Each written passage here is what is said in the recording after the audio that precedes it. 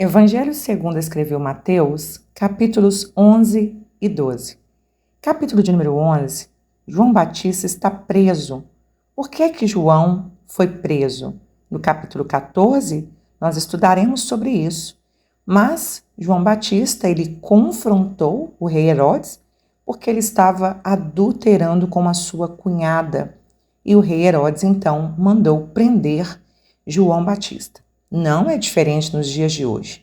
Quantos Joãos Batistas têm se levantado para defender a verdade, para confrontar os mentirosos e aqueles que vivem na prática do pecado, e por causa disso, estas pessoas sofrem perseguição, processo, cancelamento, e João Batista estava preso por causa da verdade. Então, ele se tornou uma espécie do que nós conhecemos hoje de um preso político, aquela pessoa que foi presa porque confrontou o rei Herodes. No cárcere, ele envia 2 mensageiros a Jesus para ter certeza se Jesus era mesmo o Messias.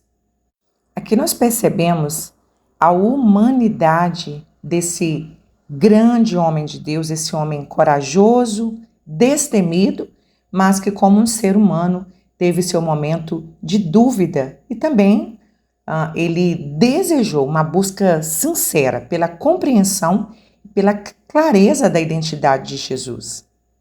E é maravilhoso porque Jesus, ele não só responde à pergunta de João Batista, fornecendo evidências de que ele realmente era o Messias, falando dos seus milagres, das suas obras poderosas, como também Jesus enviou uma mensagem de encorajamento para João.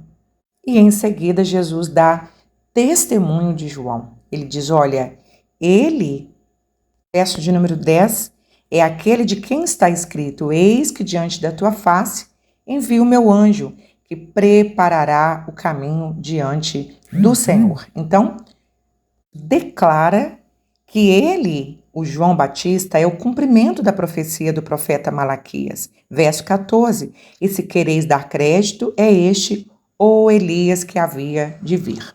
Claro que Jesus não está dizendo que ele é o Elias ressuscitado. Lucas capítulo 1, verso 17, diz que João Batista, ele veio na virtude de Elias, na coragem de Elias, com características semelhantes ao do profeta Elias, que também foi um homem corajoso, que enfrentou todo o sistema da sua época e sofreu muito por causa disso. E em seguida Jesus passa a criticar aquela geração farisaica, insensível, indiferente. Jesus compara aqui dos versos 15 ao verso 19 como crianças que estão assentadas nas praças e elas sugerem brincadeiras, mas aquelas crianças estão ali insensíveis, diferentes. Tocam flauta e elas não dançam, ou se canta uma música triste, elas não choram, ou sejam, indiferentes. Assim também era aquela geração. João Batista veio pregando e não acreditaram, agora vem Jesus pregando e também não acreditam. E Jesus, então, a partir do verso 20, ele passa a pronunciar julgamento contra algumas cidades. Essas cidades, elas viram milagres de Jesus, viram as obras salvadoras do Messias, porém, estas cidades rejeitaram Jesus. Então, Jesus passa a proferir um julgamento dizendo que haverá menos rigor, por exemplo, para Sodoma. Não que Sodoma tenha sido menos pecadora, mas que Sodoma não teve a mesma oportunidade que essas cidades aqui estavam tendo de verem com seus próprios olhos as obras de Jesus como o Messias. E Jesus, então, ele convida aqueles que querem. Para esses que rejeitam, ele tem essa palavra de julgamento, mas para aqueles que querem, ele tem um convite. Verso 28, vinde a mim, todos os que estáis cansados e oprimidos, e eu vos aliviarei. Tomai sobre vós o meu jugo e aprendei de mim, que sou manso e humilde de coração, e encontrareis descanso para a vossa alma. Diferente do que os fariseus pregavam, impondo um jugo tão pesado sobre as pessoas, Jesus está mostrando a diferença do Evangelho da Graça. Capítulo de número 12 começa com Jesus desafiando as tradições sobre o sábado, e ele vai mostrar que a compaixão ela é muito mais importante do que a observância rígida da lei. Jesus e os seus discípulos estavam andando por um campo de trigo e os discípulos, com fome, começaram a colher algumas espigas para comer e não para vender. E os fariseus, eles haviam feito algumas proibições com base na sua própria interpretação dos 10 mandamentos. Como já dissemos, eles eram legalistas e entendiam que a salvação viria pelo mérito de guardar, de viver toda a lei, o que nenhum homem foi capaz de fazer. Eles questionam se eles poderiam estar colhendo espigas no sábado, depois questiona por que Jesus curou um homem no sábado. E a resposta de Jesus foi Oséias, capítulo 6, verso 6. Mateus, capítulo 12, verso 7, Jesus diz: mas se vós soubesseis o que significa misericórdia quero e não sacrifício, não condenaríeis os inocentes, porque o Filho do Homem até do sábado é Senhor. Então Jesus mostra a sua superioridade com relação à lei e o Senhor mostra a diferença do amor, da misericórdia, pelo exercício rígido da lei.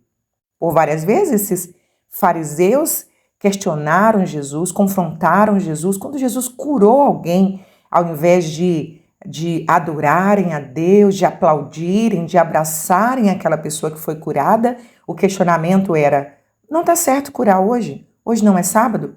Percebem o quanto esse legalismo farisaico ele é pecaminoso? E para piorar, verso de número 24, os fariseus acusam Jesus de que Jesus estava sendo usado por Beelzebu. Beelzebu era o príncipe do chefe, era um chefe de demônios. A palavra Beelzebu, ela tem a mesma raiz para Baal, que era o deus dos cananeus. Baal, senhor, Zebu, casa. Então, senhor da casa, o maioral da casa. Então, Jesus diz para eles que aquilo era uma blasfêmia. Verso 31. Todo pecado é blasfêmia, se perdoará aos homens, mas a blasfêmia contra o Espírito Santo não será perdoada aos homens. Então, o que é um pecado contra o Espírito Santo?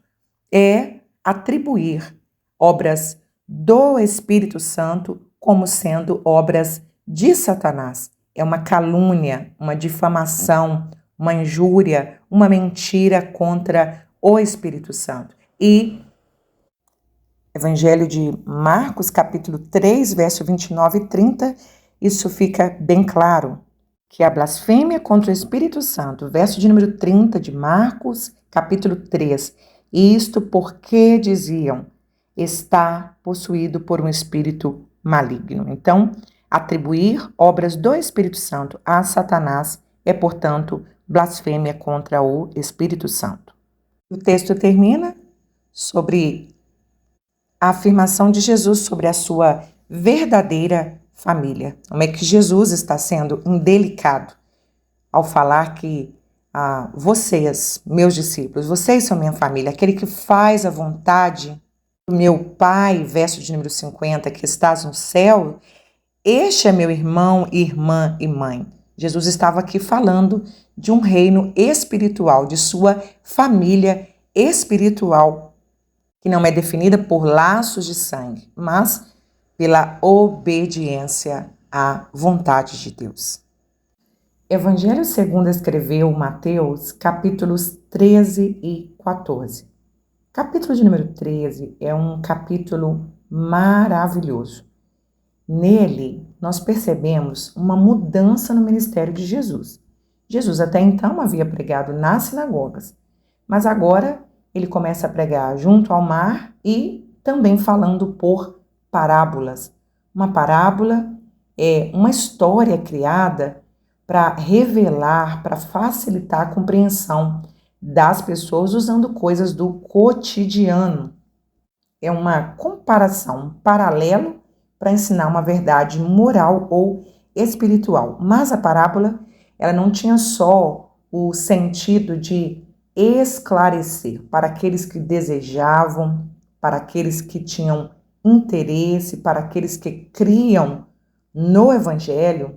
A parábola ela tinha esse efeito de facilitar a compreensão. Mas para aqueles que rejeitavam, ela tinha o sentido de ocultar, como está escrito no capítulo 13, verso de número 11, porque a vós é dado conhecer os mistérios do reino de Deus, mas a eles quem? Aos fariseus, aqueles que rejeitavam, não lhes é dado.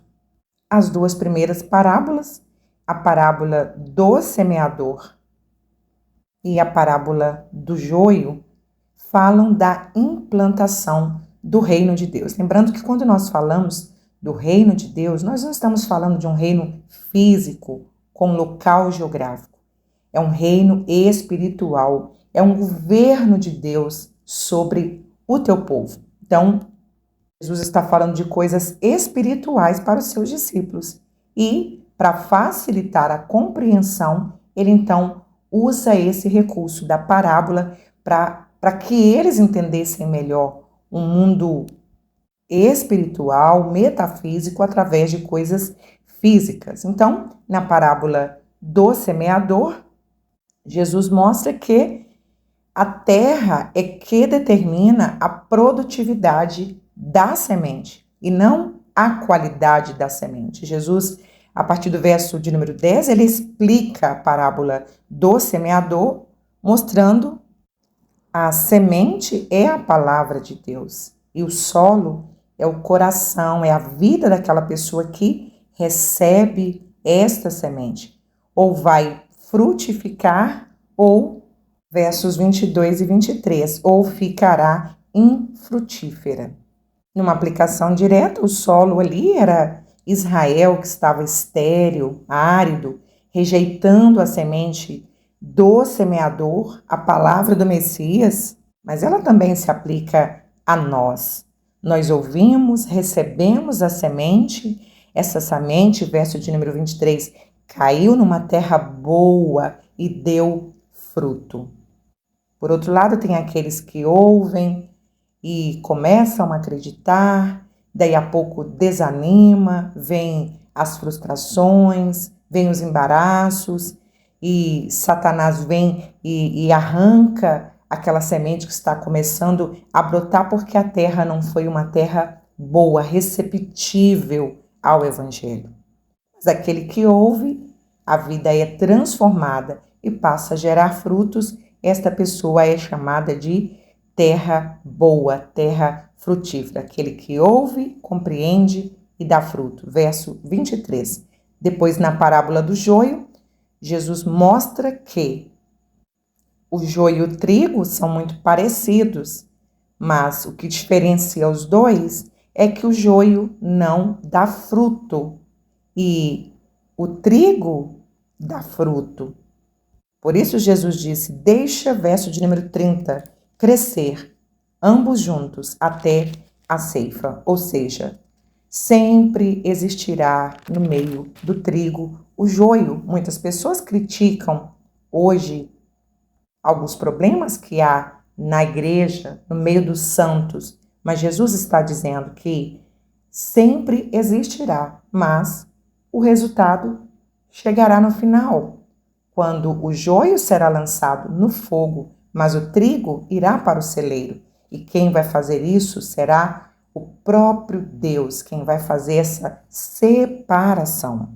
Parábola do grão de mostarda e do fermento, ao mesmo significado, é que fala sobre o poder transformador do Evangelho e o alcance que o Evangelho chegaria, como tem chegado, e o seu poder de influenciar o mundo. O fermento, em outras passagens bíblicas, ela não tem um sentido bom, mas aqui o fermento ele tem esse sentido de mostrar o crescimento do reino de Deus. E o poder transformador, um fermento que é tão pouco notado numa massa, ele é capaz de transformar toda aquela massa. Assim é o poder da palavra de Deus, transformando um coração, transformando uma sociedade, transformando uma família, aonde a palavra de Deus chega e é aplicada e é vivida a transformação visível do reino de Deus. Naquela pessoa, naquela casa, naquela família e naquela sociedade. E no capítulo 14, Herodes ouve falar de Jesus e a mente de Herodes fica atormentada pela lembrança de João Batista. E aí, Mateus explica então o que é que havia acontecido. Verso 13, Herodes tinha prendido João, tinha encerrado no cárcere por causa de Herodias, sua cunhada. João, verso 14, lhe dissera: não te é lícito possuir esta mulher, porque ela é mulher do teu irmão. E então, o texto mostra como foi a morte de João Batista. A filha de Herodias dançando, agradou o rei, e essa cunhada, que também tinha sede de vingança, instruiu a sua filha que disse a cabeça de João Batista num prato, e assim aconteceu. O rei então mandou degolar João no cárcere, porque João havia confrontado o seu pecado. Não é diferente hoje. Pessoas que estão confortáveis nos seus pecados morais, pessoas que estão confortáveis na sua vida de corrupção, elas não querem ser confrontadas. Quando são confrontadas, elas se armam e querem vingança. João foi preso e foi morto simplesmente porque ele confrontou os pecados do rei Herodes. Mas assim como João Batista, nós continuaremos a pregar, a denunciar os pecados da nação, os pecados desta geração, mesmo sabendo do risco que corremos.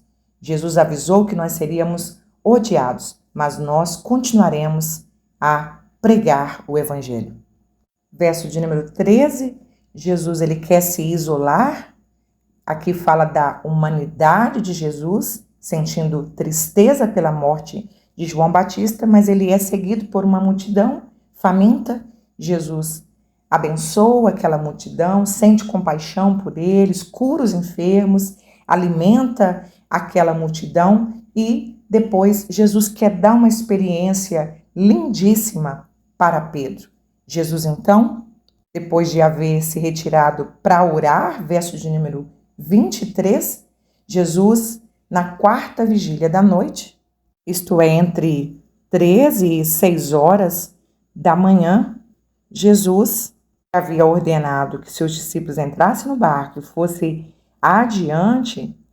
Jesus então aparece, verso de número 26. Verso 25, ele aparece andando por cima do mar, e verso 26, os discípulos tiveram medo, e por ter medo começaram a ter visões fantasiosas, achando que era um fantasma, porque o medo causa isso.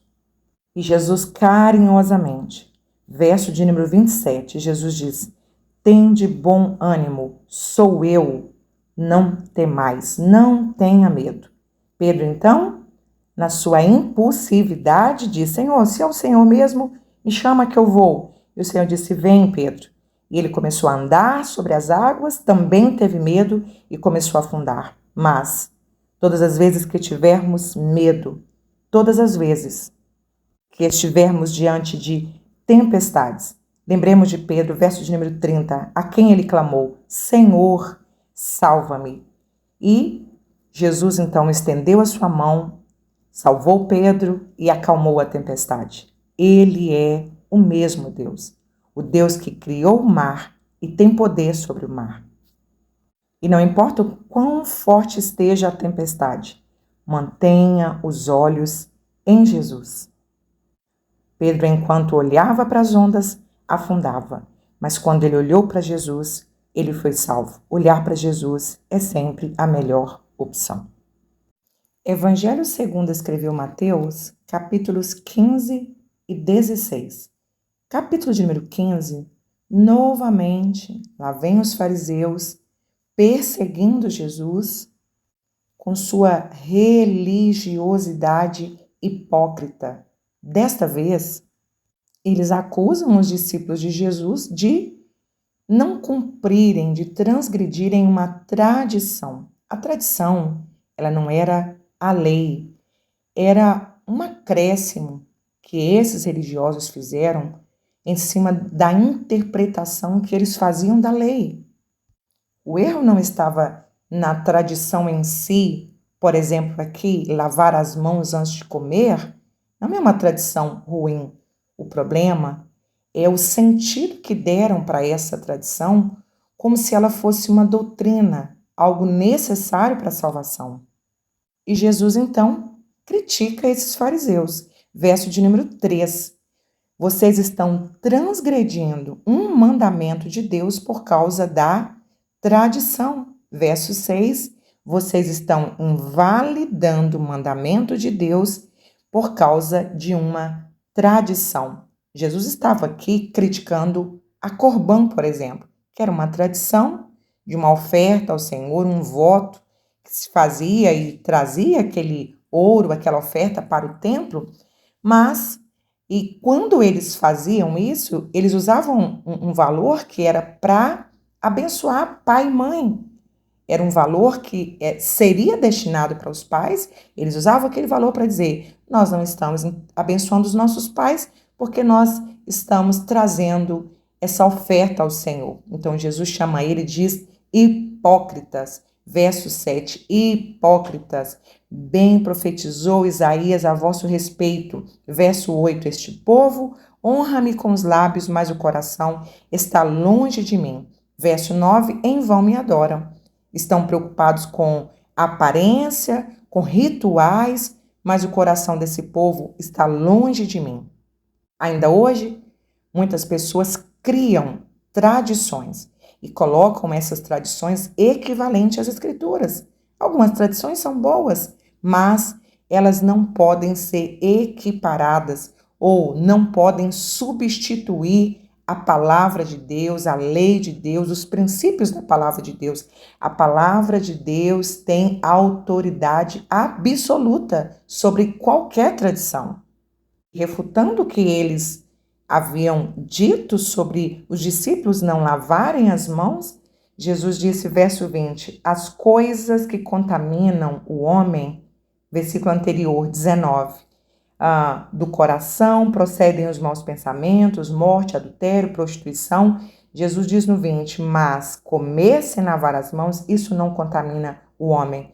Jesus está confrontando esse farisaísmo, essa hipocrisia, e está dizendo, você se preocupa muito com a aparência, com o exterior, mas o que contamina o homem é o que sai de dentro para fora. Jesus está falando aqui dessa intenção hipócrita desses fariseus. Mateus também registra Jesus curando a filha de uma mulher gentia, uma cananeia, e nesse milagre Jesus vai aproveitar para fazer uma aplicação sobre o que ele estava pregando. Quando essa mulher pede a Jesus que cure a sua filha, que liberte a sua filha, Jesus responde, verso 24, eu não fui enviado senão as ovelhas perdidas da casa de Israel. E então essa mulher adora a Jesus e pede, socorre-me. E Jesus, o 26, ele diz, não é bom pegar o pão dos filhos e entregar aos cachorrinhos. Jesus está chamando aqui, nessa ilustração, de ovelhas sendo casa de Israel e cachorrinhos como sendo esses gentios. E essa mulher demonstra humildade e muita fé quando ela diz, sim, Senhor, mas os cachorrinhos também comem das migalhas que caem da mesa dos seus senhores. Jesus, então, elogia a fé dessa mulher e cura a sua filha. No capítulo 16, os fariseus pedem um sinal para Jesus de que ele realmente é o Messias e Jesus novamente chama eles de hipócritas, dizendo, olha, vocês sabem reconhecer sinais do tempo, mas vocês ainda não conseguiram entender os meus sinais? E Jesus, então, fala como um sinal sobre o profeta Jonas, numa tipologia que, assim como Jonas ficou no ventre daquele peixe 3 dias, Jesus também ficaria no seio da terra por 3 dias, aqui falando acerca da sua morte e ressurreição. Jesus também alerta os seus discípulos acerca do fermento dos fariseus. Aqui o fermento ele tem uma simbologia negativa, falando do quanto estas heresias, esses falsos ensinos desses religiosos, desses fariseus, poderia contaminá-los e que eles precisavam tomar cuidado. No versículo de número 15, Jesus faz uma pergunta bem particular para os seus discípulos, perguntando: quem sou eu para vocês? Pedro, então, rapidamente responde: tu és o Cristo, tu és o ungido, tu és o Messias, o Filho do Deus vivo. Jesus, então, responde: olha, essa sua resposta, Pedro, não é fruto da intelectualidade humana. Quem revelou isto para você foi o Espírito Santo. Esta resposta de Jesus é maravilhosa, porque muitos hoje acreditam em Jesus como um ser humano que pisou nessa terra, acreditam na existência dele como um profeta, alguém que fez feitos maravilhosos na terra, mas para declarar Jesus como Filho de Deus, recebê-lo como Deus somente através do Espírito Santo. O ser humano por si só, pela busca na sabedoria, nas filosofias, na sua própria intelectualidade, o ser humano jamais conseguirá chegar a essa definição. Jesus foi um ser humano que pisou na terra, mas Jesus também é Deus. Em nenhum momento Jesus deixou de ser Deus. Então, a história de Jesus não começa no ventre de Maria. Começa no ventre de Maria a história do Jesus, homem, mas desde a eternidade, Jesus é Deus. E ele então diz para Pedro, verso 18, tu és Pedro, fazendo um trocadilho nas palavras gregas, tu és Pedro, Petros, pedra pequena, fragmento de uma pedra, de uma rocha grande. Pedro, tu és fragmento dessa rocha. Jesus é a rocha. E sobre essa declaração de Pedro, qual a declaração? Tu és o Filho de Deus. Ele diz: edificarei a minha igreja. As portas do inferno não vão prevalecer contra ela. Vão se levantar contra a minha igreja, o inferno vai se levantar, mas ninguém pode deter a igreja do Senhor Jesus. E o Senhor diz para ele: eu te darei as chaves do reino dos céus. Verso 19, Jesus está falando sobre uma oportunidade que ele está dando não só para Pedro, mas para todos nós cristãos, igreja do Senhor, uma oportunidade de conduzir pessoas para Cristo. Esse direito concedido a Pedro de abrir a porta da salvação para os judeus, que vai acontecer em Atos, capítulo de número 2, e aos gentios, em Atos, capítulo de número 10, é esse direito que nós, como discípulos, temos de ganhar almas para o Senhor. Isso mostra cada discípulo que ganha uma só alma para Cristo, ele está exercendo o poder dessa chave no reino espiritual. Portanto, quem é a pedra pela qual a igreja está edificada é Jesus, a pedra, a rocha, grande, firme, inabalável. Pedro, como sendo um homem frágil, imediatamente demonstra sua fragilidade. Jesus, quando vai falar da sua morte, Pedro se deixa ser usado por Satanás. Verso de número 23. Para trás de mim, Satanás. Jesus não está chamando ele de Satanás. Jesus está repreendendo o espírito maligno que está usando a boca de Pedro. Não compreendes as coisas que são de Deus, mas só as que são dos homens.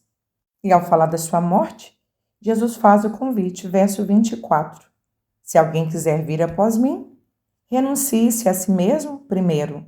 Tome a sua cruz, segundo, e terceiro, me segue.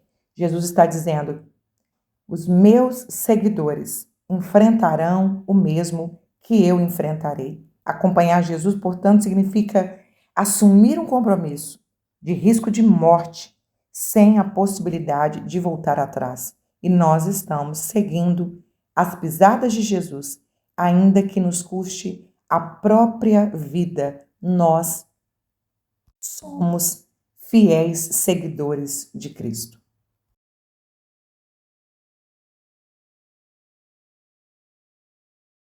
Evangelho segundo escreveu Mateus, capítulos 17 e 18. No capítulo 17, nós temos o registro da transfiguração de Jesus. O que foi a transfiguração? Foi uma visão, como diz o verso de número 9.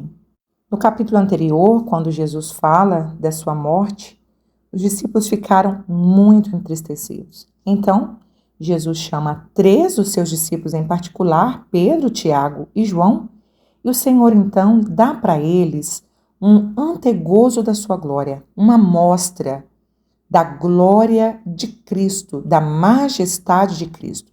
O Senhor então vai revelar particularmente para esses 3 apóstolos a sua divindade.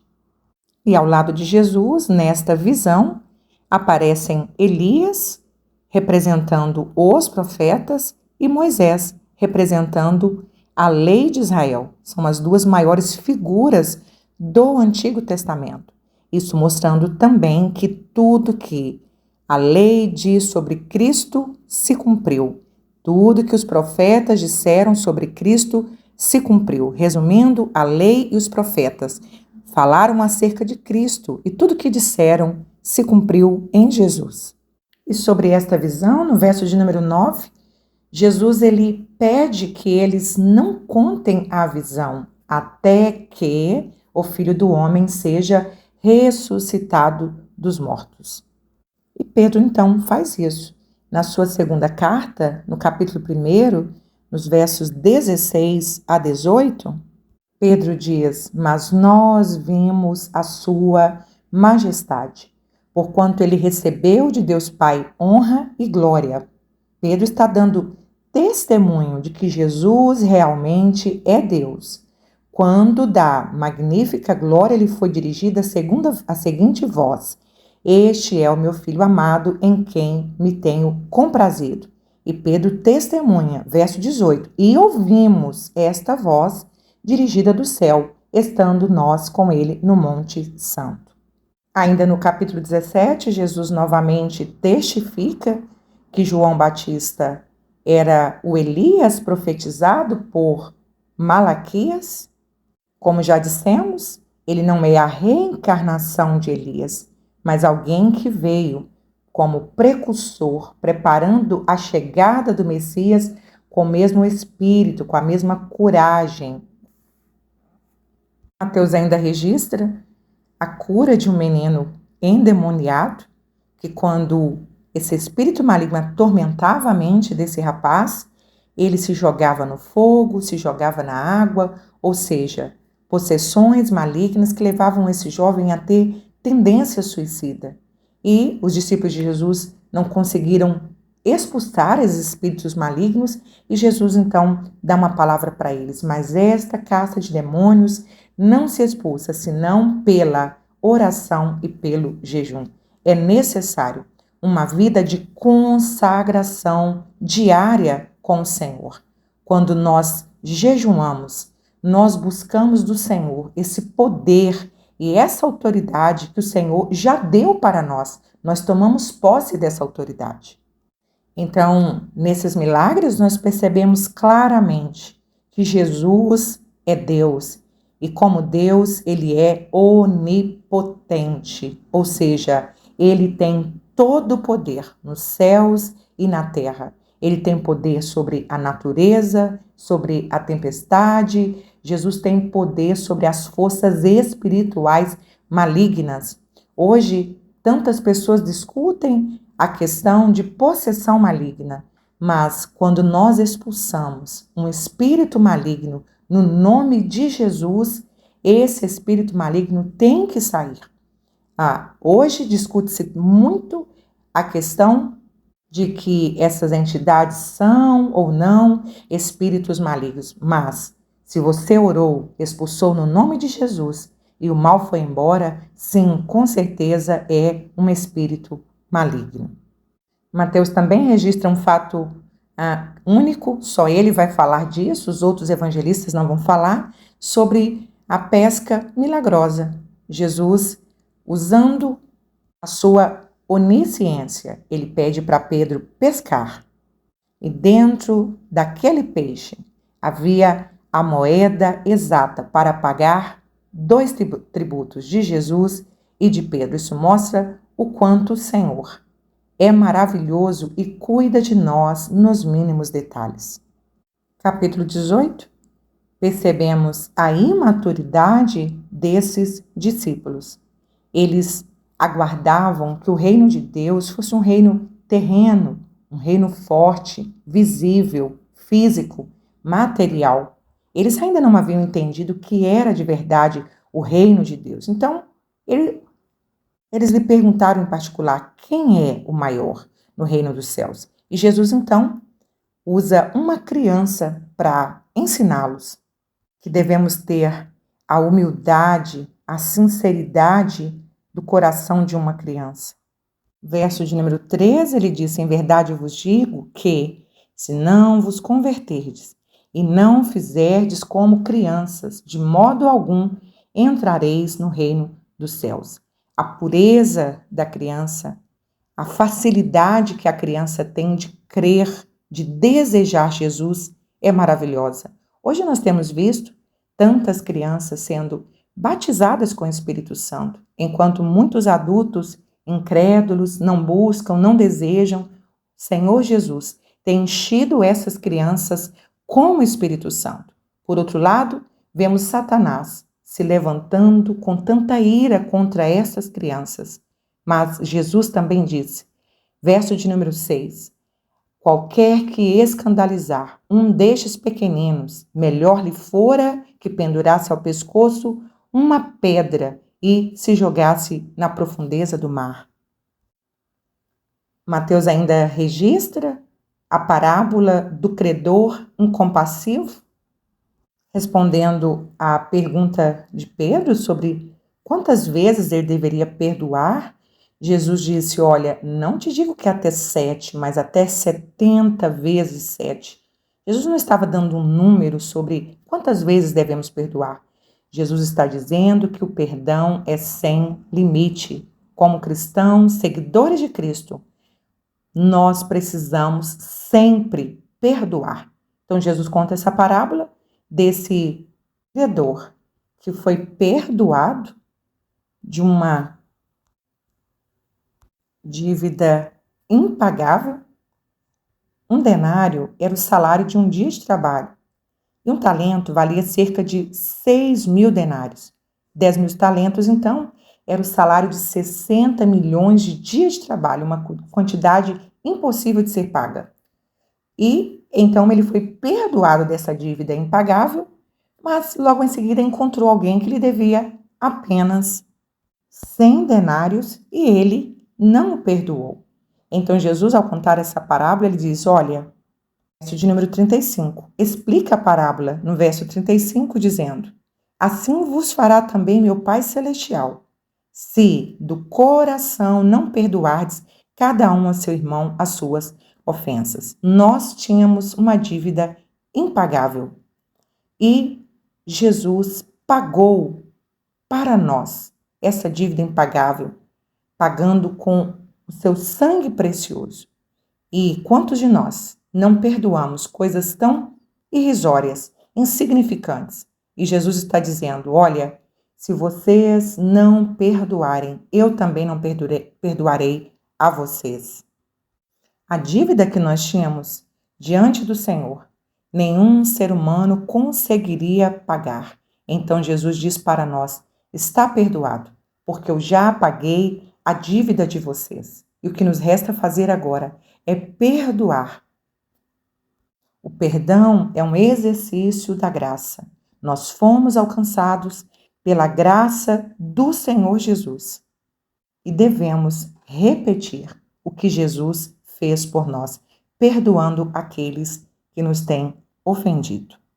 Evangelho segundo escreveu Mateus, capítulos 19 e 20.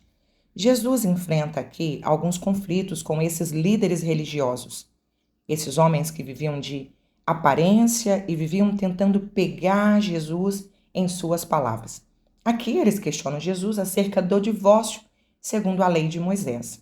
A resposta de Jesus foca o casamento e não o divórcio.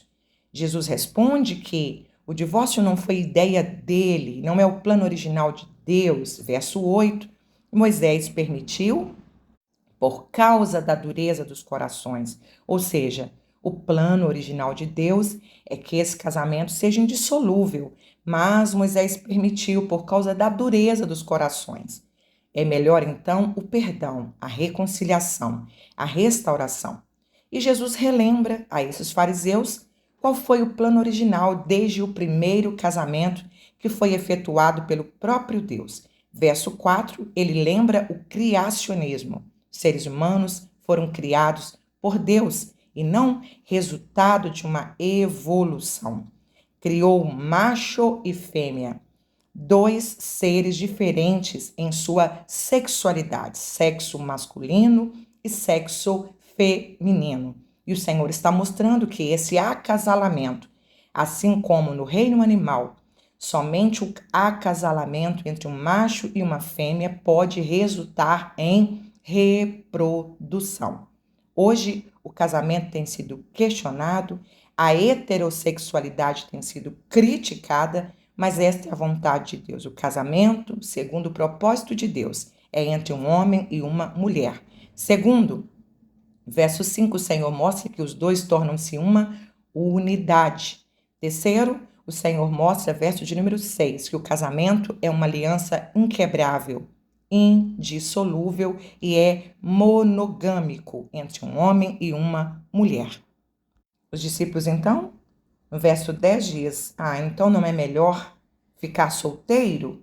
E Jesus responde, olha, nem todos podem receber essa palavra. Então Jesus mostra que existem pessoas que nascem incapacitadas para o casamento, nascem eunucos. A palavra eunuco aqui no grego significa indivíduo incapaz de ter relações sexuais por uma doença física ou mental. Primeiro grupo, já nascem assim. Segundo grupo, Jesus mostra que aqueles que se tornaram eunucos por causa dos homens, ou seja, foram castrados pelos homens. Era muito comum os reis contratar esses homens para cuidar de suas esposas no harém e para que não houvesse infidelidade, esses homens, ao serem contratados, eles eram castrados. E o terceiro grupo, que é uma castração espiritual, que são aqueles homens que decidem não se casar, como Paulo escreveu na primeira carta aos Coríntios, no capítulo 7, verso 7. Escolhem ficar solteiros para ter mais tempo para o reino de Deus. Mas isso não é para todo mundo, é para aqueles que têm um chamado específico para continuarem solteiros. Falando de família, casamento, alguns pais trouxeram seus filhos e pediram: Jesus, coloca sua mão aqui, abençoa os nossos filhos. Esses pais sabiam o quanto seria maravilhoso Jesus impor as suas mãos e abençoar aquelas crianças. Mas Jesus foi impelido por alguns discípulos que repreendiam essas pessoas. Mas a resposta de Jesus é maravilhosa. Verso 14, ele diz: deixem as crianças vir a mim. O reino de Deus pertence a elas. Jesus estava dizendo, elas são puras, são inocentes, não têm consciência do pecado delas. Por isso, o reino de Deus já pertence a elas. Satanás odeia as crianças.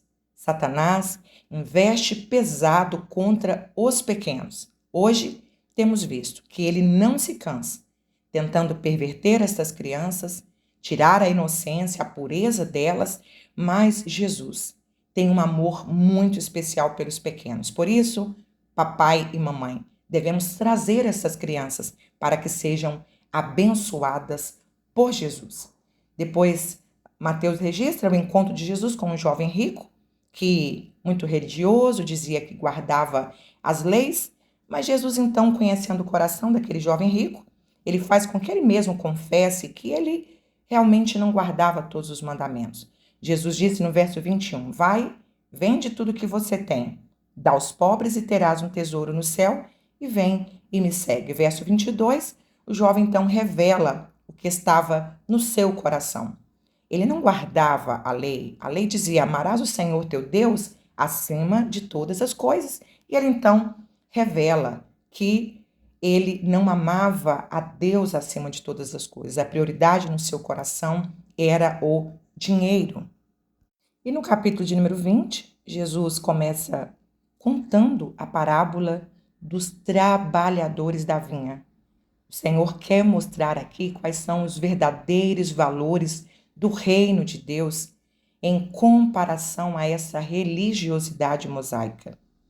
Na história, um fazendeiro contrata trabalhadores em horários diferentes ao longo do dia, mas no final do dia ele paga a todos a mesma quantia. E ele então é questionado por esses trabalhadores que trabalharam um tempo maior, dizendo que esse patrão ele era injusto.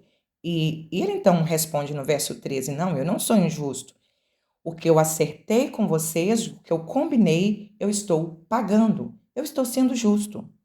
Jesus, nesta parábola, verso de número 16, ele mostra que no reino de Deus não há prioridade no quesito salvação e que a graça de Deus, ela não está baseada em méritos humanos. A graça é um favor que nós não merecemos. A parábola não fala de recompensas, ela fala de salvação. E em se tratando de salvação, os últimos serão os primeiros serão os últimos. O Senhor está mostrando que o reino de Deus não se trata de merecimento, tempo de serviço, mas unicamente da graça abundante do Senhor. Depois nós vemos a mãe de Tiago e João, filhos de Zebedeu, aproximando de Jesus, fazendo um pedido ambicioso para o Senhor. Que o Senhor concedesse um lugar de destaque no reino de Deus para os seus filhos. Esse pedido, primeiro, mostra que ela tinha uma visão distorcida do que significava ser discípulo de Cristo e uma visão distorcida sobre o que era verdadeiramente o reino de Deus. E Jesus então mostra que, diferente da religiosidade farisaica que priorizava muito títulos, destaques, o reino de Deus prevalece a humildade. Verso de número 27, a grandeza do reino de Deus é ser servo. E Jesus é o maior exemplo disso. Verso 28, o Filho do Homem não veio para ser servido, mas veio para servir e para dar a sua vida em resgate de muitos. E em seguida temos o registro da cura de 2 cegos, que quando perceberam que Jesus estava passando por ali, começaram a gritar, reconhecendo que Jesus era o filho de Davi, ou seja, ele era o Messias. Enquanto muitos fariseus religiosos não reconheciam isso, aqueles 2 cegos adoravam a Jesus reconhecendo: tu és o filho de Davi, tu és o filho de Deus. E Mateus registra como sendo 2 cegos, e Marcos e Lucas devem ter preferido focar apenas em um desses homens, e eles narram apenas um cego. E quando tivermos esses textos que parecem ser divergentes, nós devemos ficar com o foco principal do texto, que é a cura, e não os detalhes. Jesus, então, movido de íntima compaixão, tocou-lhes nos olhos e logo viram, e eles o seguiram. Isso aconteceu conosco. Nós estávamos cegos com relação ao reino de Deus, à salvação. Mas Jesus tocou o nosso coração e nós fomos salvos, libertos. Nossos olhos se abriram e hoje nós também somos seguidores de Jesus. Precisamos orar para que os olhos das pessoas que continuam fechados para o Evangelho sejam abertos e para que estas pessoas também se tornem seguidores de Jesus. E se você chegou até o fim desse vídeo, comente aí, Jesus, filho de Davi.